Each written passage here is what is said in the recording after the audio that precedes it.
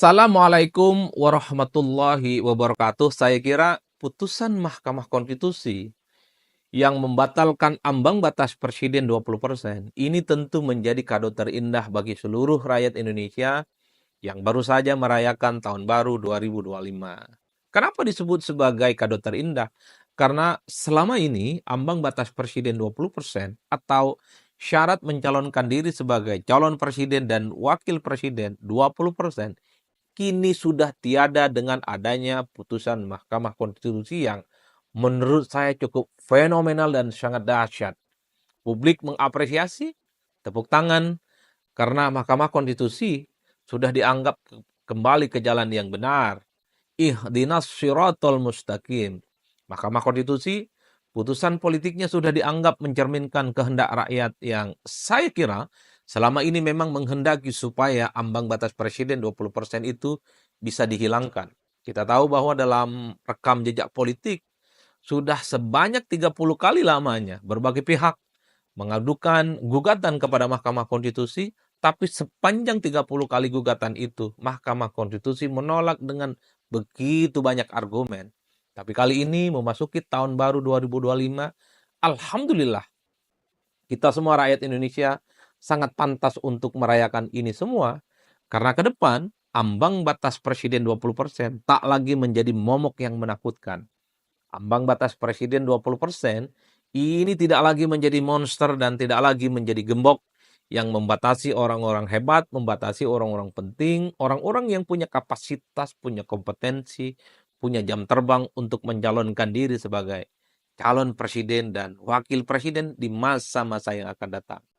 Oleh karena itu, secara prosedur ke depan, semua partai politik yang ikut pemilu adalah mereka juga punya hak dan punya kemewahan mencalonkan diri sebagai calon presiden dan calon wakil presiden.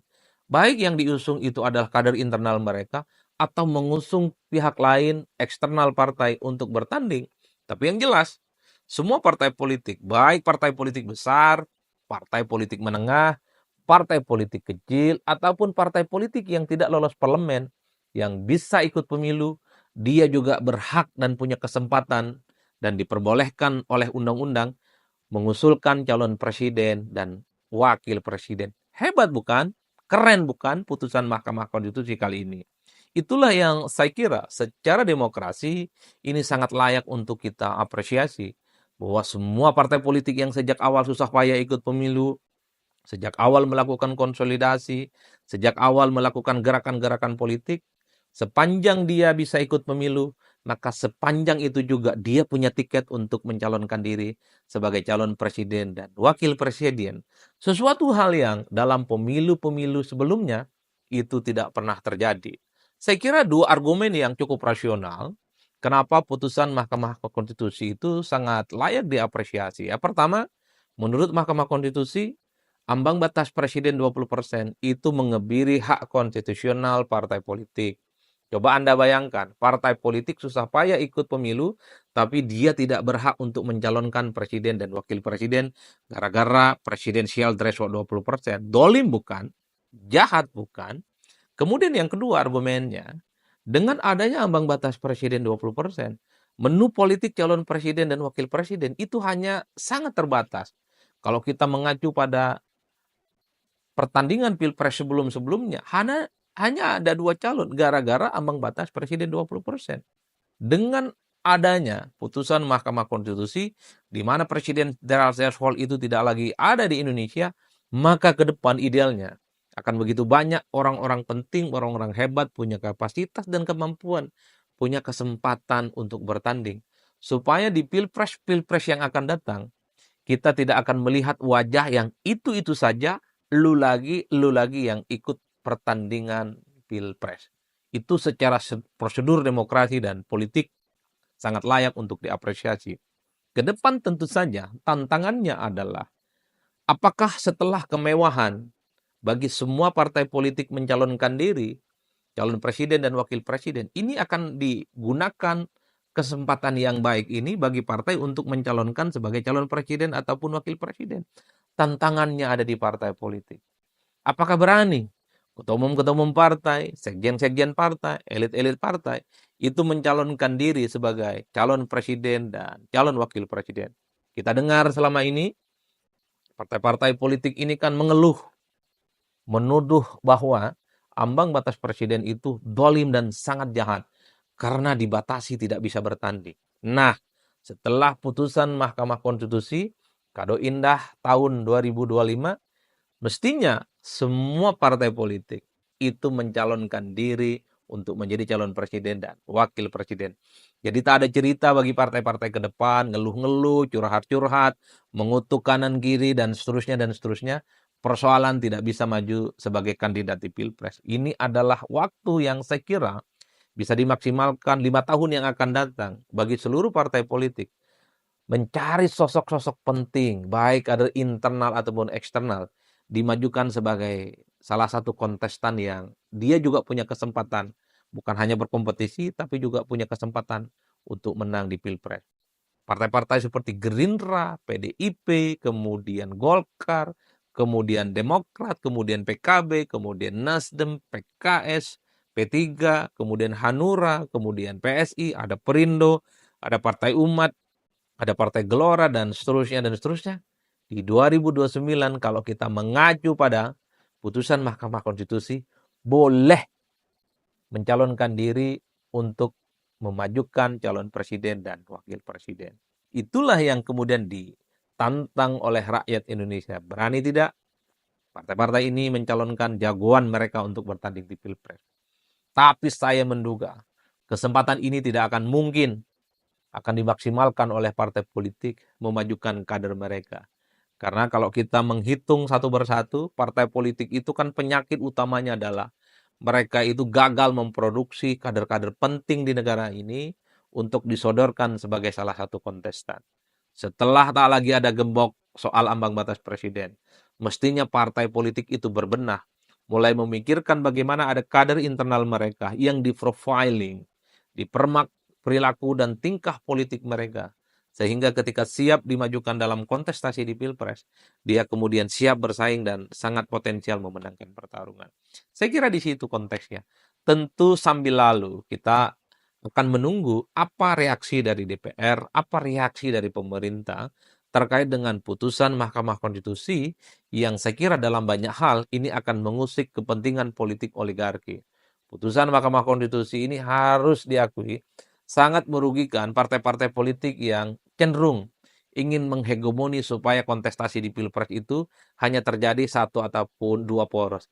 Ini tentu sangat merugikan bagi koalisi-koalisi kekuasaan politik pemerintah. Karena pihak-pihak yang selama ini tidak diajak koalisi, dia berada di luar kekuasaan, punya kesempatan yang sama di kemudian hari untuk mencalonkan diri sebagai calon presiden. Oleh karena itu, sekali lagi ini adalah kado terindah bagi seluruh rakyat Indonesia, putusan Mahkamah Konstitusi, sehingga orang-orang penting, orang-orang hebat bisa maju di Pilpres 2029 dan di pemilu-pemilu yang akan datang. Misalnya sebut saja orang seperti Kaisang Pangarap, Ketua Umum PSI, itu bisa maju. Keren kan? Kemudian orang seperti Anies Mata, Ketua Umum Partai Gelora, bisa maju. Ataupun kalau bukan Anies Mata, mungkin Fahri Hamzah yang saya kira kita tahu adalah orang yang punya kapasitas, suaranya lantang, cukup kritis, dan kelihatan berpihak kepada rakyat. Atau Partai Umat misalnya seperti Amin Rais ingin maju Pilpres, bisa maju kembali, bertanding. Dan bahkan orang seperti Gibran Rakabuming Raka, wakil presiden, yang saat ini tidak punya partai, bisa maju melalui PSI dengan adanya putusan Mahkamah Konstitusi kali ini. Jadi Gibran tidak perlu susah-susah cari partai, terutama partai besar seperti Gerindra ataupun Golkar atau partai yang lain. Dengan adanya putusan Mahkamah Konstitusi ini, Gibran cukup masuk PSI atau diusung oleh PSI, saya kira sudah punya kesempatan untuk bisa bertanding. Orang-orang seperti AHY yang sejak didapuk menjadi ketua umum Partai Demokrat, punya kesempatan bertanding dalam Pilpres ini.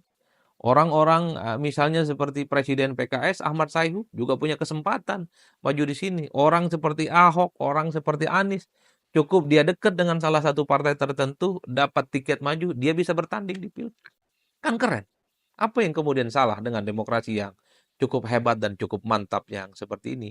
Inilah pesta demokrasi yang sangat layak untuk kita kita terima saat ini. Ataupun misalnya kita melihat Partai Golkar yang ini merupakan partai besar, berlangganan menang pileg, dia juga punya kesempatan untuk maju di Pilpres. Orang seperti Ketua Umum Golkar saat ini Bahlil atau mantan Ketua Umum seperti Erlangga Hartarto punya kesempatan maju. Yang penting diusung oleh Partai Golkar. Saya kira Golkar banyak stok. Ada Aceh Hasan Sadili, sekarang Gubernur Lemhanas. Ada Ahmad Doli Kurnia yang saya kira adalah politisi yang top dan cukup kawakan. Ada Maman Abdurrahman menterinya, ada Meutia Hafid, ada Ronald Alivin, dan seterusnya, dan seterusnya. Orang-orang semacam ini menurut saya, orang penting, orang hebat. Per hari ini punya kesempatan untuk maju bertanding di Pilpres. Tentu catatannya adalah diusung oleh partai politik. Oleh karena itu, semoga pesta tahun baru dengan kado terindah soal ambang batas presiden yang sudah diputuskan oleh Mahkamah Konstitusi ini tidak dirusak oleh upaya-upaya pihak-pihak tertentu yang misalnya mencoba untuk membuat regulasi, membuat aturan di kemudian hari bahwa untuk maju dalam Pilpres itu ada persyaratan-persyaratan yang mempersulit yang lain. Makanya sangat layak misalnya kalau kita harus menunggu apa respon DPR dan apa respon pemerintah yang sampai hari ini belum kelihatan kira-kira apa sikap politik mereka setelah putusan Mahkamah Konstitusi dalam banyak hal pastinya akan menimbulkan pro dan kontra. Pro bagi mereka yang selama ini tersandra tidak bisa maju, tapi kontra bagi pihak yang selama ini mencoba menghegemoni supaya yang bertanding dalam Pilpres itu tidak banyak orang. Terutama bagi mereka yang mencoba untuk menghegemoni supaya terjadi koalisi mayoritas, menghadirkan salah satu calon dan tidak bisa bertanding.